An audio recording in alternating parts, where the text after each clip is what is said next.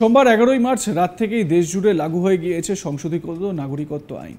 এদিন সন্ধ্যায় বিজ্ঞপ্তি দিয়ে বিষয়টি জানিয়ে দেয় কেন্দ্রীয় স্বরাষ্ট্রমন্ত্রক। এরপর হাবড়ার সভা থেকে এই সিএএ ইস্যুতে বিজেপিকে এক হাত নেন মমতা। তিনি বলেন, বিজেপির এটা কাজ, ভোট এলেই সংবাদ মাধ্যমকে খবরটা আগে খাইয়ে দেওয়া, তারপর সেটাকে মানুষের কাছে নিয়ে আসা। ইতিমধ্যেই বিভিন্ন সংবাদ মাধ্যম দেখাতে শুরু করে দেয় রাতের মধ্যেই সিএএ আসবে। যদিও সিএএ তো কার্যকর হয়েই গিয়েছে। আইন পাশ হওয়ার পর বেশ কয়েক বছর কেটে গেছে। নির্বাচনের সময় এটা করার প্রয়োজন পড়ল, তার কারণ এটা রাজনৈতিক পরিকল্পনা। মমতা বন্দ্যোপাধ্যায় বলছেন এটা রাজনৈতিক পরিকল্পনা। শুনুন। বিজেপির খেলা হচ্ছে হিন্দুতে হিন্দুতে ভাগ করে দেওয়া, মুসলিমে মুসলিমে ভাগ করে দেওয়া। বলুন আফগানিস্তান কি করে এলো? আফগানিস্তান তো ভারতের বর্ডার নয়, তাহলে মায়ানমার কেন এলো না? এটা তো ভারতের বর্ডার। তাহলে বলুন, যেগুলো ভারতের বর্ডার সেগুলো কিন্তু হলো না, সব কিন্তু রাষ্ট্রহীন হয়ে যাবে। এই এনআরসির সাথে যুক্ত, মনে রাখবেন। এই আইন, আপনি যদি নাগরিক না হন তাহলে সংবিধানের 14 নম্বর ধারা, 21 নম্বর ধারায় সব অধিকার থেকে আপনি বঞ্চিত হবেন কি করে? কোর্টে গেলেও চ্যালেঞ্জ করতে পারবেন না। আপনি তো নাগরিক। শুধুমাত্র 3টি দেশ, আফগানিস্তান, বাংলাদেশ আর পাকিস্তান, আর শুধুমাত্র 6টা ধর্ম, হিন্দু, শিখ, বৌদ্ধ, জৈন, পার্সি আর খ্রিস্ট ধর্ম, মায়ানমার, শ্রীলঙ্কা বাদ, ইসলাম ধর্ম বাদ। এটা ভারতীয় সংবিধানের ধর্ম নিরপেক্ষতার মূলে কঠোর আঘাত করেছে, মনে রাখবেন। এরপরে এর সাথে এনআরসিকে যুক্ত করে দেবে। নাগরিকত্বের আতঙ্ক নয়, আমরা সবাই নাগরিক, এটা আমাদের পরিচয়। আমরা সবাই নাগরিক কিনা?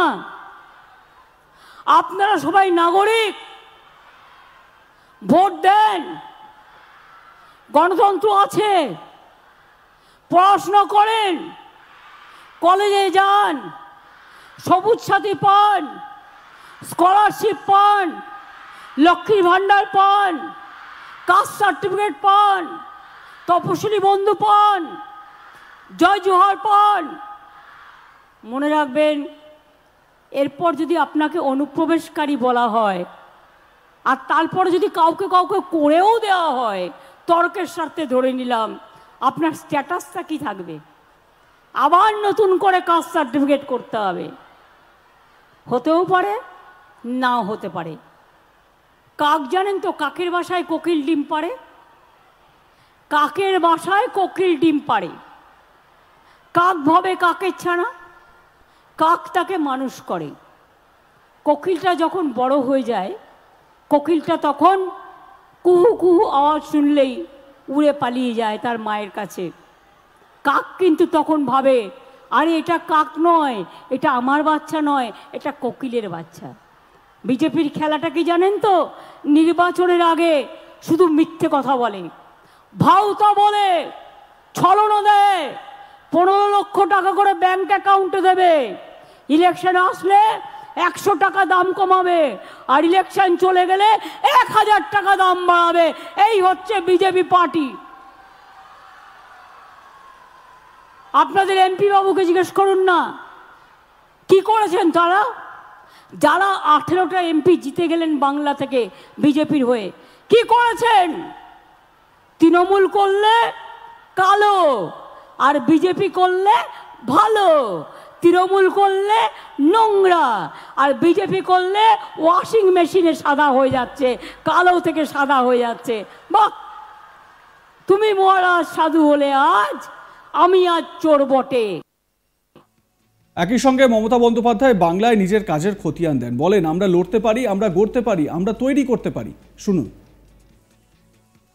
दिल्ली बोलছে 100 दिन का रुपया मत दो बंगाल को, रास्ता का रुपया मत दो,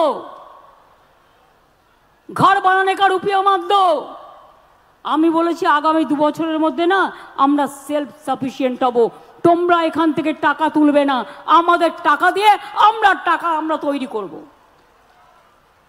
59 লক্ষ জব ওয়ার্কার কেন্দ্রে টাকা পায়নি, কেন্দ্র দেয়নি, ওদের টাকা আমরা কিন্তু দিয়েছি, গর্বের সাথে বলে দিয়েছি। আগামী মে মাসের মধ্যে যদি বাড়ির টাকা না দেয়, 2 বছর দেয়নি, আমরা 11 লক্ষ বাড়ি তৈরি করে দেব। আগেও 47 লক্ষ করেছি। 22,000 রাস্তাও আমাদের নিজেদের টাকা দিয়ে করেছি। মনে রাখবেন, কর্মশ্রী সেই জন্য আমরা তৈরি করে দিয়েছি, আজ থেকে চালু হয়ে গেল। গত বছরেও আমরা 45 দিনের কাজ করেছি জব কার্ড হোল্ডারদের।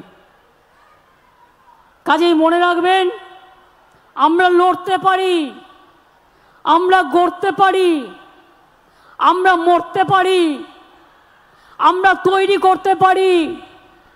খালিস্তানি বলছে আজকে পাঞ্জাবি শিখ ভাই, একজন পুলিশ অফিসার, তারা পাগড়ি পরে, আর্মিতেও পরে।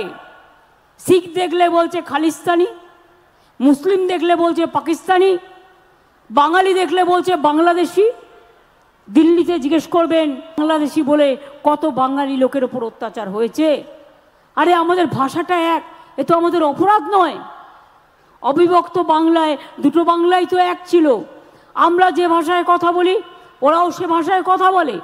বাংলাদেশের বাংলা ভাষা শুনলেই বিজেপির পিত্তি চটে যায়, বাংলাকে ওরা পছন্দ করে না। আমরা তো হিন্দি ভাষাকে ভালোবাসি, আমরা তো জৈনদের ভালোবাসি, আমরা তো খ্রিস্টানদের ভালোবাসি, আমরা তো বৌদ্ধদের ভালোবাসি। আমাদের জনগণ মন অধিনায়কও কে গেয়েছিলেন? রবীন্দ্রনাথ ঠাকুর। কি গেয়েছিলেন? পাঞ্জাব, সিন্ধু, গুজরাট ও মারাঠা, দ্রাবিড়, উৎকল, বঙ্গ। নজরুল ইসলাম কি লিখেছিলেন? কোরআন, পুরাণ, বেদ, বেদান্ত, বাইবেল, ত্রিপিটক, গ্রন্থ সাহেব, জেন্দা বেস্তা, পড়ে যাও যত সব। মমতা বন্দ্যোপাধ্যায় এই সিএএ কে বিজেপির খেলা হিসেবে দেখছেন। কিরকম খেলা? তিনি বলছেন হিন্দুতে হিন্দুতে ভাগ করে দেওয়ার খেলা, মুসলিমে মুসলিমে ভাগ করে দেওয়ার খেলা। ভারতের বর্ডারগুলো হলো না, এনআরসির সঙ্গে সিএ যুক্ত হয়ে যাবে। খুব গুরুত্বপূর্ণ এই কথাটা বলেছেন মমতা বন্দ্যোপাধ্যায়। সিএ এর জন্য যেই নাকি রেজিস্ট্রেশন করবেন অমনি এনআরসির কোপে পড়ে যাবেন আপনারা।